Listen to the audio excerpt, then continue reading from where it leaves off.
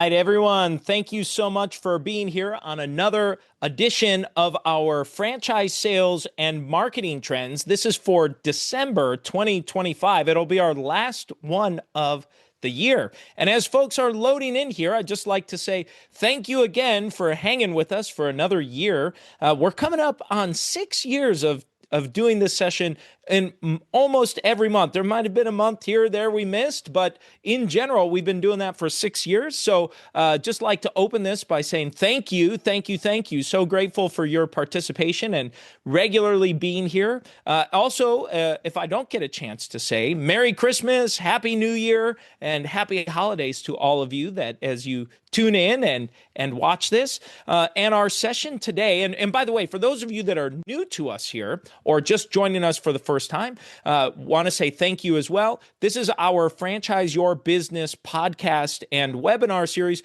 where we like to bring timely, relevant topics, things that can help you put into action immediately. Try to be very direct and action oriented with it. So this information, hopefully you can take this and apply it to your business. We go through a wealth of economic data to talk through to hopefully help you in your decision making to support your franchise system, your franchise network, and going through that. So for those of you who are here, thank you so much. And for the live attendees that are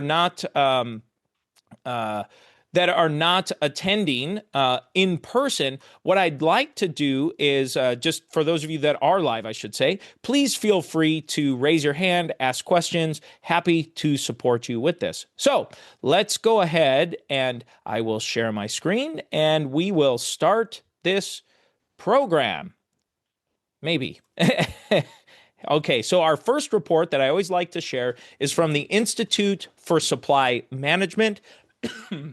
If you were with us last month and the last couple months, the Institute for Supply Management, they now have 2 reports. They did have 3 reports for I think it was about 3 years where they had a hospital PMI. They've since discontinued the hospital PMI and they're back to the 2 reports that they've had for many, many years. The first is the manufacturing PMI and the second we'll go through is the services PMI, and PMI stands for Purchasing Managers Index. So this is a survey of purchasing managers across the country.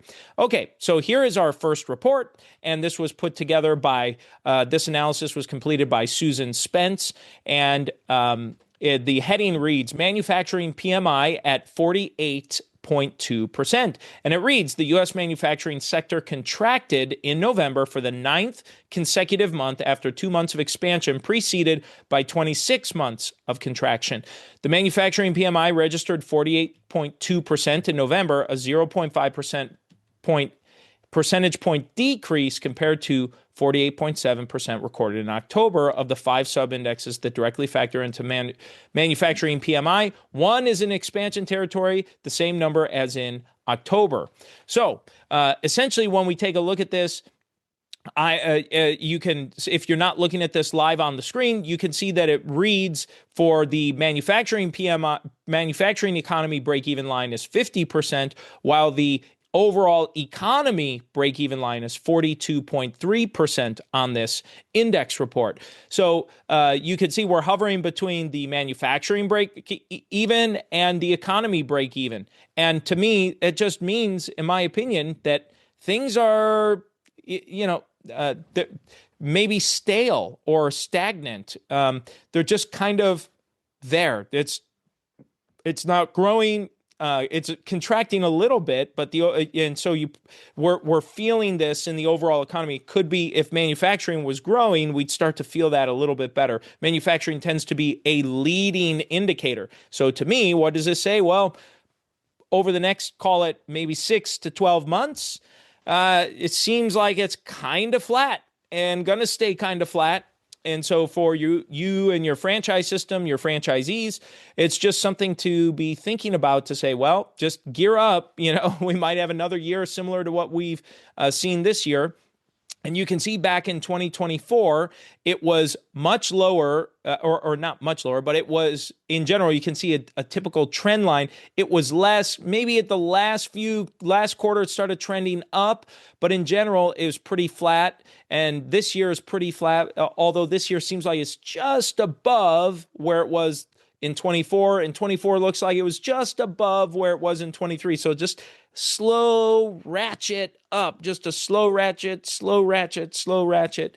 And so hopefully that means 26 we'll start to see this slow ratchet up again as well, and see what that looks like. So in my opinion, and based off of this, so what we're looking at here initially, I'd say kind of expect more of the same, and that's okay. It's just be prepared for it. Communicate this to your franchisees, your prospective buyers, and you can share and show that, boy, in 23, it's where it was. 24 was a little better than 23. 25 is looking like it's a little bit better than 24. Not much, but a little bit.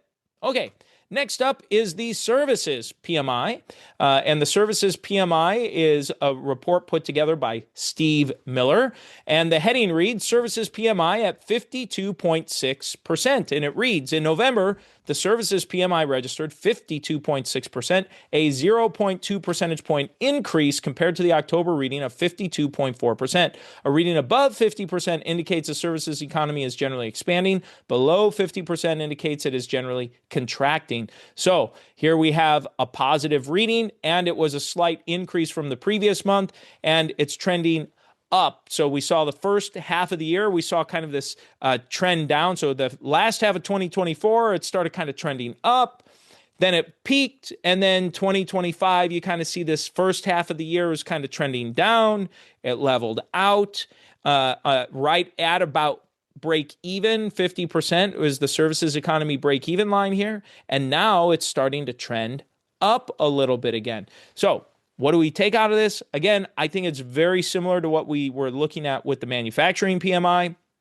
And hopefully we start to see this trend. Maybe we get another trend where we're at 52.6 again, or 52.7 or 0.8 or 53 next, that we see in January's report. So we will see if we see this little surge, and hope that this is not just a little surge for fourth quarter sales, for end of year closeouts, budget spending, deals being made for end of year deals. Hopefully it's more than just that it's more of a stable, and we'll see what happens as we move into January, into December, into the January, February, March for that first quarter, and kind of see what happens there. Okay. Next up, we're going to take a look at the U.S. unemployment rate, and the most current data is still available here on tradingeconomics.com, is from September, and it reads the U.S. unemployment rate increased to 4.4% in September of 25 from 4.3% in August, exceeding market expectations. And so you can see this increase here, that we see the unemployment rate steadily increasing a bit.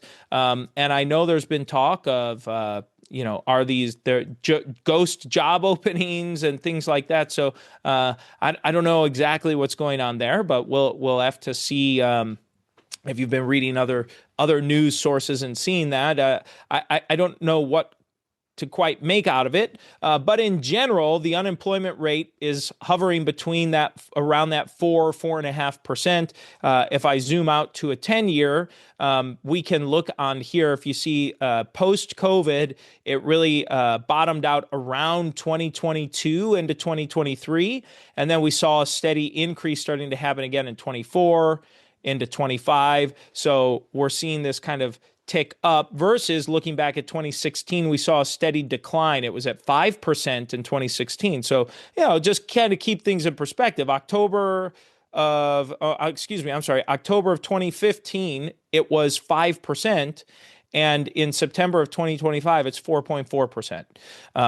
The difference when we look backwards is we see that unemployment rate started just slowly dropping for several years before COVID. And now we're seeing, since around 2023, we're seeing the unemployment rate slowly increase a little bit. So it remains to be seen what that means. But in general, it probably means that finding staff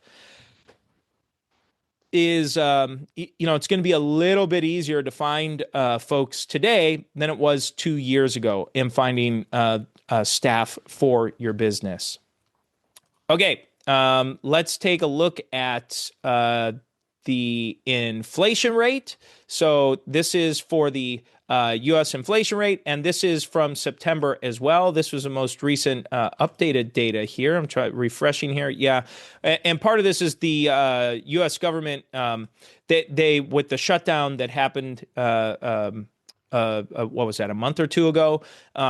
They are behind a lot of these departments. They weren't working to update data and information. So hopefully that'll be updated by the first of the year. But this shows 3%. We're seeing, I'm going to max out or go to 10 years for inflation.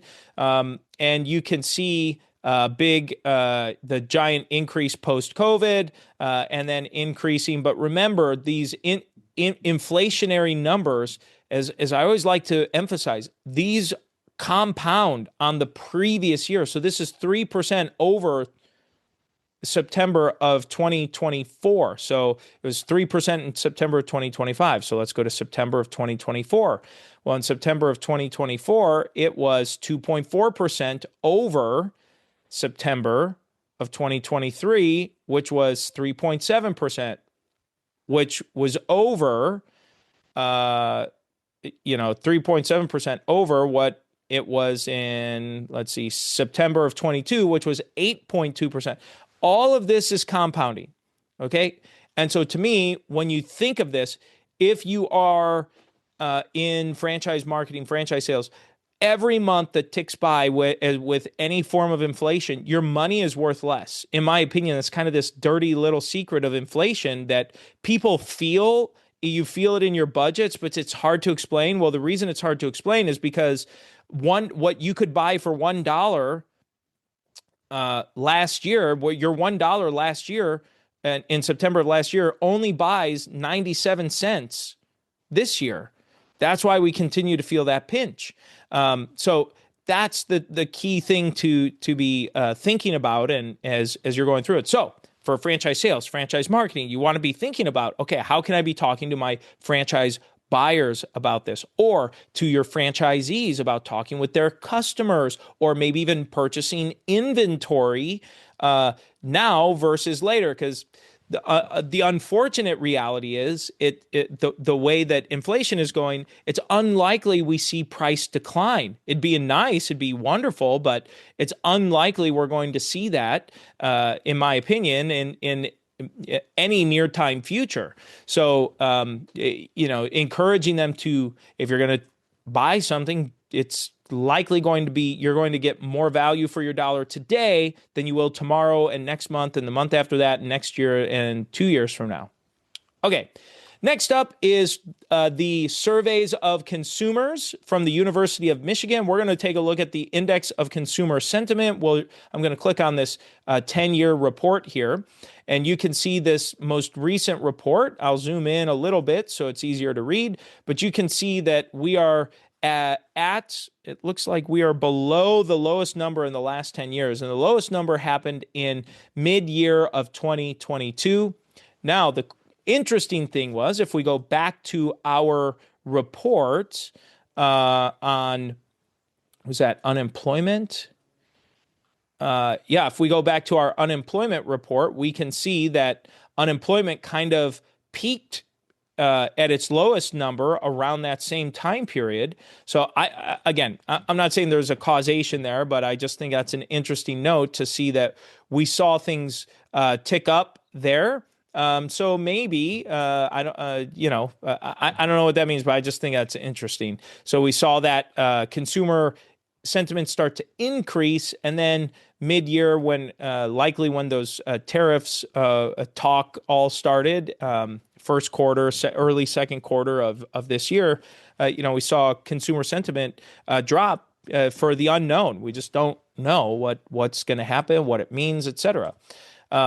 Okay. Next up is the U.S. Census Bureau, and here's this from the U.S.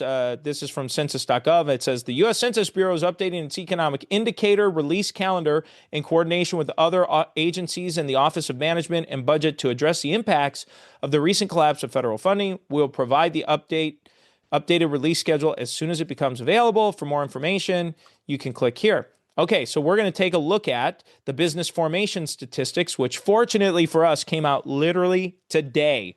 So if you're watching this live, it's December 12th, but this literally came out today. So here is the census data for new business applications. This has been one of my favorite reports to evaluate and take a look at. And in November of 2025, we saw a huge surge. A total of 535,041 new business applications were filed across the country. That was a 7.1% increase over October of 2025. That's incredible to think. 7.1% increase.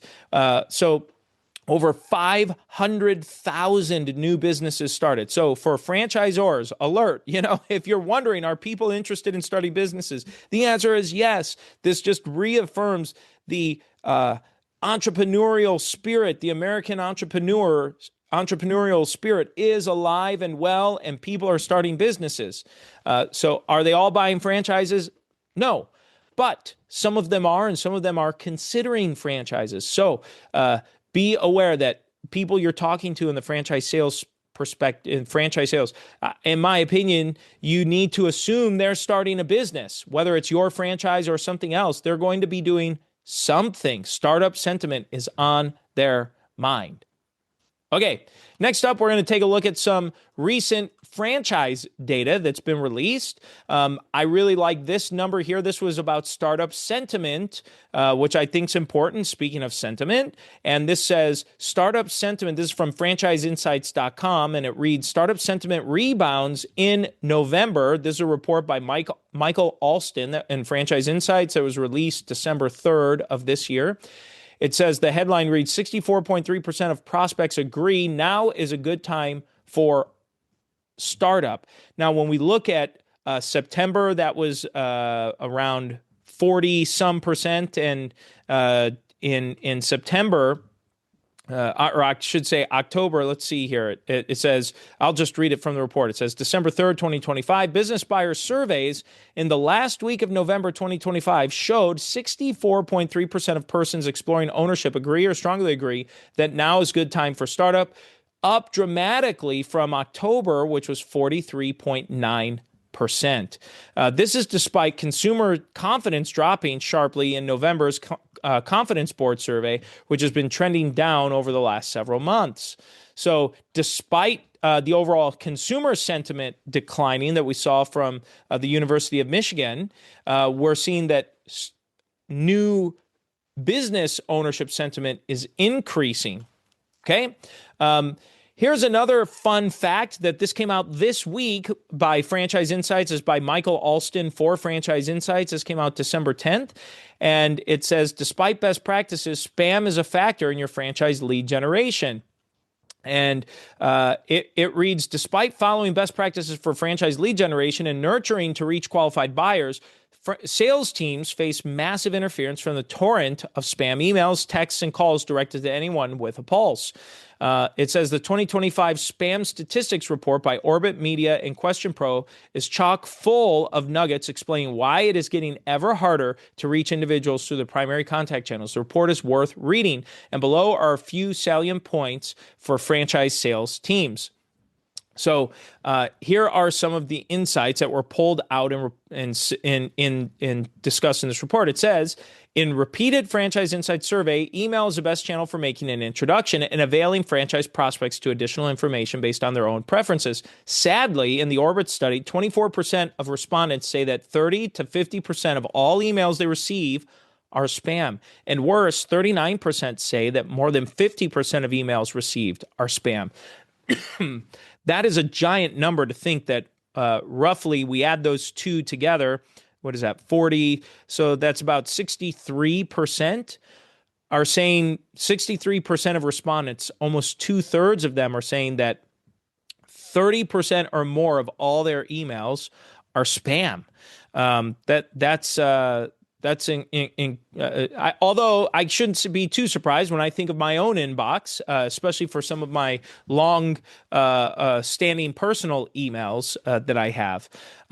It says, don't be a cold caller. Cold callers go unanswered by 68% of consumers, and 39% proceed to blocking the caller. And finally, 29% of respondents say they receive at least one spam call per day, with another 9% receiving multiple spam calls per day. According to the Orbit survey, 48% of respondents just don't answer cold calls. Another 39% don't answer and then block the caller. Over 5% are impolite and respond with burning rage. Wow. So just if you're a leader, if you're in charge of franchise sales people at your franchise organization, I think this data is important to take into consideration and really challenge and use this data as insight for you to challenge your team to say, what else can we do? What can we do differently to make sure we're not getting marked as spam by the people we're reaching out to, even though they've reached out to us, right? You're just responding to a warm inquiry. Okay, the last report before we get into my final closing report here is called Assessing. This is from Franchise Insights as well. It's called Assessing the Lifetime Value of Franchise Lead Generation Prospect. And the heading reads, when do franchise prospects expect to begin their startups? And this was published November 26, 2025 by Michael Alston for Franchise Insights. So the question was, when do franchise prospects expect to begin their startups? Well, 23% said next month. 28.4% said 2 to 3 months from now. 18.3% said 4 to 6 months from now. 14.5% said 7 to 12 months from now. And 15.7% said longer or they don't know. So approximately 85% of people are looking to get this thing going between now and the next 12 months. But what I think is really telling is more than just over 50% of the respondents said they're looking to start now or within the next quarter, next 3 months. That is substantial. So whenever I read this, I say, okay, about half the folks are thinking about starting now. Well, you need to assume, again, just like we saw in the Startup Sentiment Index, people being when they expect to start, the Census Bureau, you need, in my opinion, you ought to be considering or planning, assuming, I should say, that franchise buyers are serious about starting now. So keep that in mind as you're talking through this with your franchise sales teams, your marketers, et cetera. Okay. My last topic that I always like to show is the top 10 business opportunities produced by Franchise Insights. It says the following business opportunity categories showed the greatest inquiries in the last 90 days. I love this report because it just shows what franchise or franchise categories and business opportunities are people inquiring about. Well, the category share, home services accounts for 25.1%. So a quarter of all franchise inquiries are coming for a home services type of brand. Number 2 is business services at 19.4%. Number 3 is senior and healthcare at 10.3%. Number 4 is pet services at 9.5%. Number 5 is cleaning and maintenance at 8.5%. Number 6 is food and restaurant at 6%. Number 7 is child-related at 3.4%. Number 8 is automotive at 2.9%. 9 is retail at 2.6%. And number 10 is education at 2.4%. So what does this mean? Well, if your business falls in one of these top 10 categories, chances are it's going to be easier for you to find leads. And especially if you are in the top 5 categories, you're going to find it much easier to find leads of interested buyers. So what does that mean? Well, if you're in marketing and for franchises, you might be able to get by if you're in the top 5 categories or even in the top 10, you might only need 1 source or 2 sources or 3 sources to find the volume of leads you're looking for. Whereas if you're not in one of these categories, you might need to add more sources for leads in order to get to that same number. So the prospective buyers are going to be out there for you. You just need to take a look at, maybe you just need to add a few more sources. So All right. Well, that is our session today. We'll end a few minutes earlier than we normally do. I'd like to thank you all for joining us. Make sure you please subscribe to our YouTube channel. You can find us at Big Sky Franchise Team. If you search for us on YouTube, please subscribe, like our video, and we'd love for you to subscribe to our podcast at your favorite podcast service, whichever one that may be. Chances are we're there. So thank you so much for being here. This, I believe, is our last live webinar session before the end of the year and before Christmas. So once again, Merry Christmas, Happy New Year. I look forward to seeing you in 2026.